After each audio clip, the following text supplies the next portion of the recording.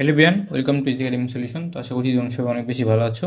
তো আজকের এই ভিডিওতে আমরা পড়বো তোমরা যারা নবম শ্রেণীর শিক্ষার্থী আছো, তোমাদের যে বার্ষিক মূল্যায়ন 2024 অনুষ্ঠিত হচ্ছে ও অনেকের গণিত পরীক্ষাটা হয়েছে, অনেকের হয়নি। তো তোমাদের গণিত পরীক্ষাটার যে বোর্ড প্রশ্নটা কীরকম হবে সেটা নিয়ে আজকে আমরা আলোচনা করবো। তো তোমরা যারা নতুন আছো এবং এখন যারা এই চ্যানেলটিকে সাবস্ক্রাইব করেনি দ্রুত সাবস্ক্রাইব করে নাও। তো এটার মধ্যে তোমাদের স্ট্যান্ডার্ড একটা কোশ্চেন, এই কোশ্চেনটা কিন্তু অনেকগুলো স্কুলে এসেছে, তোমাদের স্কুলে আসার সম্ভাবনা রয়েছে। তো প্রথমে আমরা কি করব, তোমাদের যে নৈমিত্তিক প্রশ্ন আছে সেগুলোর সলভ দেওয়ার চেষ্টা করব। তাই তোমরা যারা নতুন আছো এবং এখন যাই চ্যানেলটিকে সাবস্ক্রাইব করেনি দ্রুত সাবস্ক্রাইব করে নেবে এবং ভিডিওটা না টেনে পুরোপুরি দেখার চেষ্টা করবে, তা না হলে কিন্তু অনেকগুলো কোশ্চেনের অ্যান্সার তোমরা বুঝতে পারবে না। তো চলো আমরা দেখে নিই এই কোশ্চেনের অ্যান্সারগুলো তোমরা কীভাবে করতে পারো। এখানে যে তোমাদের 7, তারপরে 11, 14, 15 এই সংখ্যাটি 21তম পদ কত হবে সেটা তোমার বের করতে হবে। এটার অ্যান্সার হবে তোমার গ নাম্বার। এবং 4, 8, 16 এই ধারটির 15তম পদ কত সেটাও তোমার বের করতে হবে। তো 2 এর অ্যান্সার হবে ক। এবং যে ফিবোনাচ্চি অনুক্রম কোনটি, অর্থাৎ নিচে কোনটি ফিবোনাচ্চি অনুক্রম, এটার উত্তর হবে তোমার যে ঘ নাম্বার। এবং তোমার 4 নাম্বার কোশ্চেন আছে যে এটা যে একটা দেওয়া আছে এই সংখ্যাগুলোর যোগফল তোমার কত হবে, তো 4-এর উত্তর হবে খ নাম্বার। এবং নিচের কোন কোন যুগলগুলো যে কোয়ার্টার মিলে, অর্থাৎ কোনটা 4 নাম্বার ঘরে পড়বে, এটার উত্তর হবে তোমার যে এইটা। এবং যেখানে যে দেখতে পাচ্ছ tan c - tan এর মান তোমার কি করতে হবে, বের করতে হবে। তো চলো আমরা দেখে নিই এই 6-এর অ্যান্সার কত হবে। 6-এর অ্যান্সার হবে খ নাম্বার। এবং নিচের কোনটি সঠিক নয় সেটাও তোমার বলতে হবে, অর্থাৎ লগের ভিত্তি কোনটা কোনটা হতে পারে না সেটার উত্তর কী হবে। তো 7-এর অ্যান্সার হবে তোমার 1 হতে পারে না।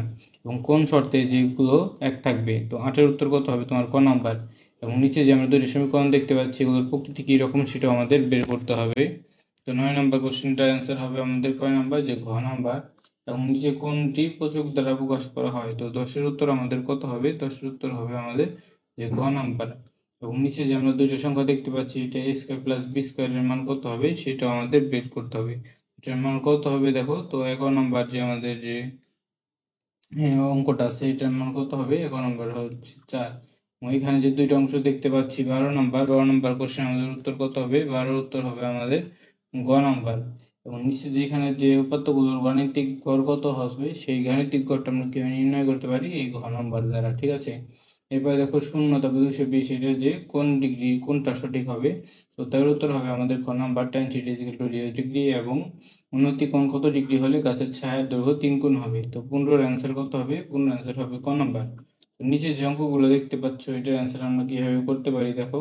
তো এখানে আমাদের কি করতে হবে, যে এই সংখ্যাগুলোর উত্তর বের করতে হবে। তো এটার উত্তর হবে 1-এর উত্তর 16-এর উত্তর হবে 5 log 5^125। এটার উত্তর হবে কত আমাদের, এটার উত্তর হবে √3। এবং 18 নম্বর কোশ্চেনের উত্তর হবে কয় ডিগ্রি, 50 ডিগ্রি। এবং 310 ডিগ্রি কোণের রেফারেন্স কোণ কত, এটাও হবে কত আমাদের 50 ডিগ্রি। যেখানে অনুক্রমে সাধারণ অনুপাত কত, তো 20-এর উত্তর কত হবে -1/2। এবং সাধারণ লগের ভিত্তি হিসেবে কোন রাশিকে ব্যবহার করা হয়, এটার উত্তর আমরা কি দিতে পারি, 21-এর উত্তর দিতে পারি আমরা 10। এবং যেখানে কোণের সম্পূরক কোণ কত ডিগ্রি হবে, তো 22-এর উত্তর কত হবে আমাদের 120 - x ডিগ্রি। এবং 23-এর উত্তর কত হবে দেখো আমাদের, যে 30 ডিগ্রিকে রেডিয়ানে প্রকাশ করলে কত পাই আমরা পাই π/6। এবং এখানে যে দশম পদ কত দেখো, 24-এর দশম পদ কত হবে আমাদের 34 ডিগ্রি। এবং এখানে যে SN দ্বারা কি বোঝাচ্ছে, যে 25 নম্বর কোশ্চেন আছে এটা দ্বারা আমরা কি বোঝাই, অনুপাত বোঝাই। ঠিক আছে, তো এইভাবে আমরা এই কোশ্চেনগুলোর উত্তর করব। খ বিভাগে দেখো আমাদের জন্য কিছু এক কথায় প্রশ্ন থাকবে, এই প্রশ্নগুলো জাস্ট তোমাদের দেখিয়ে দিচ্ছি।